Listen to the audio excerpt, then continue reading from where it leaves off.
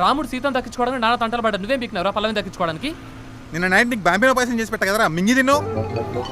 ఓరిని పాయసం పుల్లవడా. పల్లవి నీదేరా, డెఫినెట్గా నీదే. ఇప్పుడు నువ్వు ఎయిర్పోర్ట్కి పోయి కనపడంగానే మీరు ఇద్దరు ఎట్లా ఫీల్ అవుతారో చెప్పాలా? చెప్పవు. చెప్తా బావా, విను. నేను పైకి డేరింగ్గా కనిపిస్తున్నా, కానీ లోపల చచ్చిపోతున్నా. పల్లవి, నువ్వు వేరే వాడితో ఉన్నావని తలుచుకుంటే నరాలు చిట్లిపోయేలా ఉన్నాయి, ఊపిరి ఆగిపోయేలా ఉంది, రక్తం మరిగిపోతుంది, తల బద్దలవుతుంది. ఎక్కడ గజ్జల చెప్పుడు వినిపించినా నీ పట్ట గొలుసులే అనిపిస్తుంది. గాలి వీస్తే నువ్వు నా సెట్ చూసావు అనిపిస్తుంది. ఏ పని చేసినా నువ్వు గుర్తొస్తావు. బ్లూ కలర్ చూస్తే నీ బొట్టు గుర్తొస్తుంది, చాక్లెట్ చూస్తే నీకు పెట్టిన కిస్ గుర్తొస్తుంది. ఇవాళ దసరా, తలుచుకుంటే నీతో ఉన్న ప్రతిరోజు ఫెస్టివల్ ఉంటుంది, అదే గుర్తొస్తుంది. సాయి పల్లవి, అలా అవ్వలేదు. Life long. ఏంటంటే బ్రహ్మచారం అయిపోతావా? అరే పెద్ద సమస్య వచ్చేసింది. Life long. నువ్వు ఏమైతే తిరగకుండా చేస్తా. ఈ ఫ్రెండ్ కోసం ఆ మాత్రం చేయలేవా బా? Never, I can't, impossible.